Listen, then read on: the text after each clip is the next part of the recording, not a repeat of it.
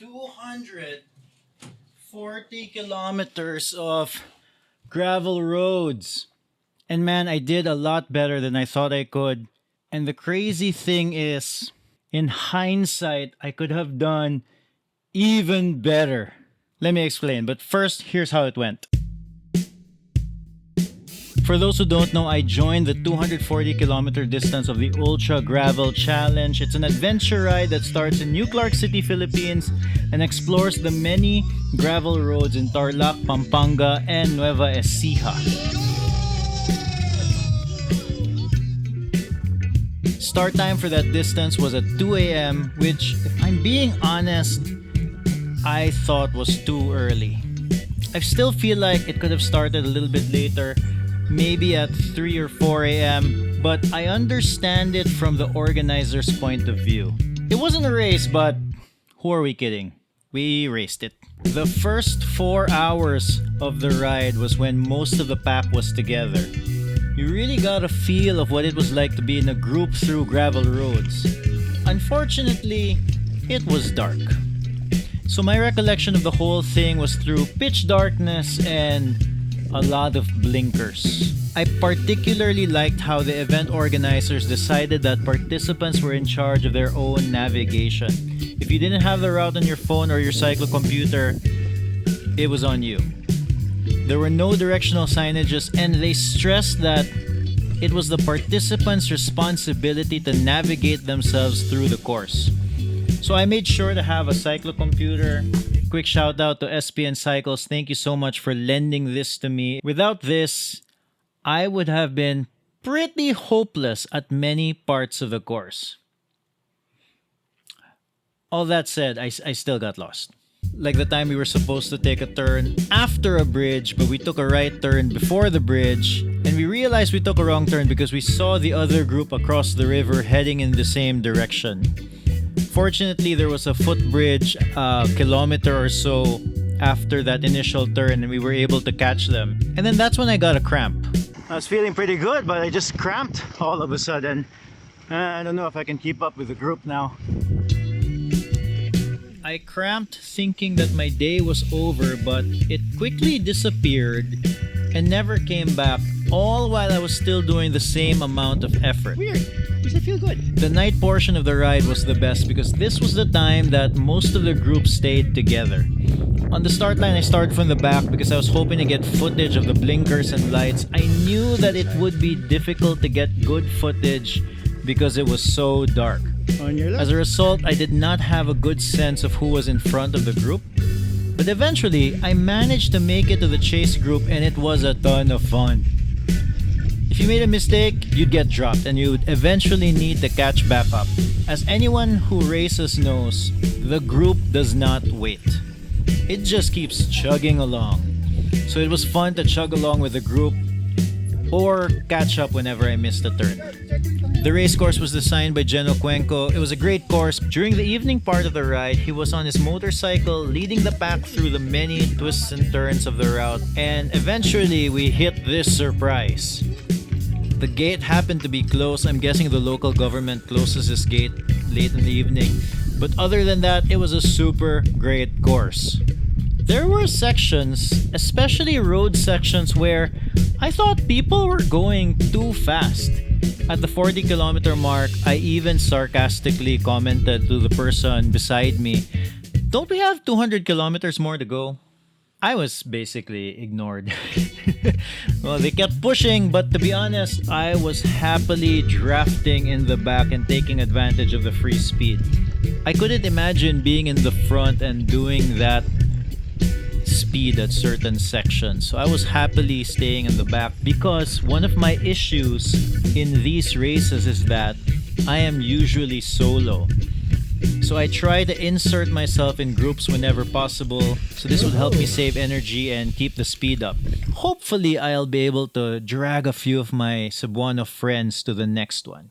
So eventually, I will talk about my biggest issue from the ride. But before we get to that, I want to talk about my setup. While the Surly Midnight Special may not be the ideal race gravel bike, we can all agree that it is heavy, and kinda twitchy for the off-road technical stuff, it still handled the UltraGravel challenge like a champ. I had close to 0 issues during the whole ride. The only issue I encountered at some point during the ride was the shifting literally stopped. It probably happened because some dust and dirt went to the drivetrain and the cables. In fact, I would go so far as to say that my setup was a big advantage compared to a lot of the other participants. I feel like the Fox Gravel suspension fork was my MVP. I really believe that the fork allowed me to punch well above my weight. During the off-road sections, I noticed that riders were freewheeling through some of the rocky portions. And since I started at the back, I found myself overtaking many riders at the off-road bits. All because I could pedal through almost everything. The suspension meant my bike wasn't bouncing all over the place, and it was literally plowing through most of the off-road stuff. A couple of times I even managed to get in front of the group and even created a small gap with minimal effort on the gravel sections. Also, my bag setup was so good. I carried so much snacks. I carried so much that I could have minimized many of my stops. Note that I said I could have, because my biggest issue for this ride was my back.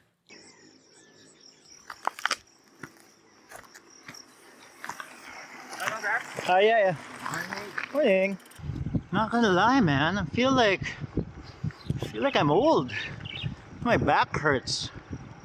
I feel like I can still push, but I don't know, I don't have the motivation. My back hurts. It is beautiful though. Love that the sun is out. Morning. Looking back at the footage, it seems like I was downplaying it, but it really bothered me. It's something that I will need to look into in the future. I have to figure out why that happened. Either I need a bike fit for my Surly Midnight Special, or I just need more saddle time at a higher pace. I'm guessing it's the latter, because I haven't really had that much saddle time compared to like last year. When I first experienced the back pain, it was a low point for me. I really thought of possibly stopping, possibly giving up. But after a quick rest and some stretching, the pain would disappear. I would be able to pedal for an hour or two, and then eventually the pain would come back, and then I would need to stop and stretch again. Unfortunately, this meant that I had to ride on my schedule. I decided to take a rest. My back is killing me, but beautiful though. Beautiful. Look at this. Along the way, I was able to link up with this mountain biker who had aero bars. Pretty good setup, to be honest, for this route. We were able to work together through many of the off-road bits and found our way to the third checkpoint. When we arrived at the checkpoint, we managed to catch this big group. I had my paper signed, I took a banana, and I sat down to rest my back. And as soon as I sat down, the group decided to leave. The mountain biker told me that we should go with them, but I knew I had to sit down and rest my back. I told him to go ahead, and I never saw him again. That big group left ahead. I needed like an extra minute or two to rest, man. Oh man. Alright, solo, 102 kilometers more to go. Let's do it. Eventually, I started seeing some of the 160-kilometer participants, and I'm not gonna lie, I was using them as motivation to pedal. Every cyclist I saw up the road, I tried to eventually overtake. Then something happened. I didn't even notice it at first. The pain kind of just disappeared, or transformed into a bearable annoyance. That's the funny thing about these long rides. Not only are you gonna go through a literal journey through the route, you are also going through a journey internally. My body was complaining and my mind was following suit. Consistently in every long event that I've joined, there's always a point where my mind starts going into dark places. And it usually comes in the form of wanting to stop, wanting to give up, and wanting to never join a long bike event ever again. these days I've managed to find ways to get out of that dark place. For example, in this ride, I started thinking about my family and honestly the beer at the finish line. It's been helpful knowing that eventually these negative thoughts come, so I find that it's important to have strategies around it. In all honesty, I thought of calling my wife and chatting with her while I was pedaling on the bike, but I decided to change my mind because I might get frustrated because of the lack of signal in the area. I eventually settled on sending her text messages and photos of how I felt while riding.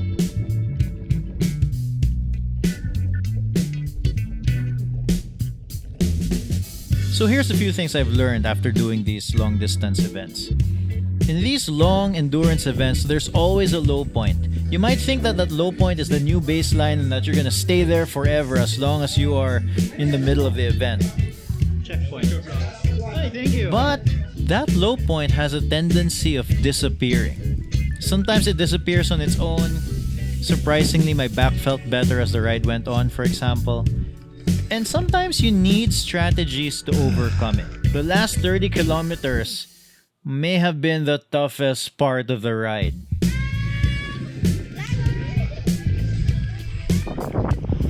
Probably the slowest section of this event. Feels bad even so close to the finish line.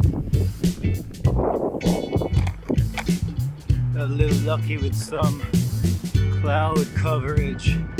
There's no shade here in this city area, wherever we are. No shade whatsoever. It was so bad, so slow, and so torturous at the same time that at some point, while I was biking through what seemed like a desert, there was no shade. I saw one tree with 4 guys standing under the shade, and I couldn't help myself. I decided to stop and take a breather. And that 10 minutes under the tree helped me push through to the finish line. So I managed 7th in my age cat and 30th overall. But I could have done even better. So something I wasn't able to catch on video was that at around, let's say, the 15 to 20 kilometer mark, I passed a bunch of cyclists. They were resting inside a sari-sari store. I didn't think much about it at first because there were a ton of cyclists everywhere resting under whatever shade they could find. At this point, it must have been like 1 o'clock in the afternoon and it was super hot. Some people were posting Instagram photos. It was like a high of 49 or something crazy like that, 45. I have no idea. Then at around 10 to 11 kilometers to go, I needed to refill my water and I decided to grab a Coke. While I was doing that, that big group passed me. So I hurriedly finished the Coke and I tried to catch them.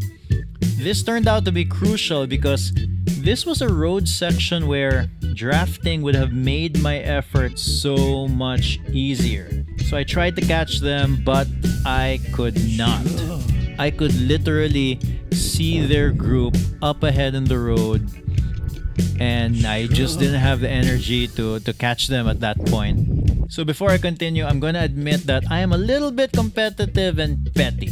But let's face it, that's why bike racing is fun. Turns out a lot of them in that group were from the 240 kilometer distance. So if you look at the rankings, I was number 30, but I could have ranked much higher.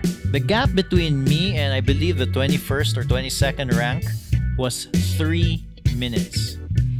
So I'm gonna admit there's a lot of shoulda, woulda, coulda that's happening in my mind right now. But still, it was all in good fun. I'm still happy with how it went, and I'm hoping I'll have an opportunity to join another gravel event this year. But for now, the next one that I'm gonna do is an Ironman relay in April. I'll be using the Canyon Inflite. I'll talk about that bike more in another video. There was a lot of changes on that bike. But first, I want to give a big thank you to Cycle Meeting. They sent me I don't know how to pronounce this, a Selle Italia SLR Boost TM Superflow. Is it Selle Italia? I haven't spent much time on the bike yet, but when I had my refit with Martin commented that he liked that saddle so much better for me. So I can always count on Cycle Meeting for these premium upgrades at very affordable prices.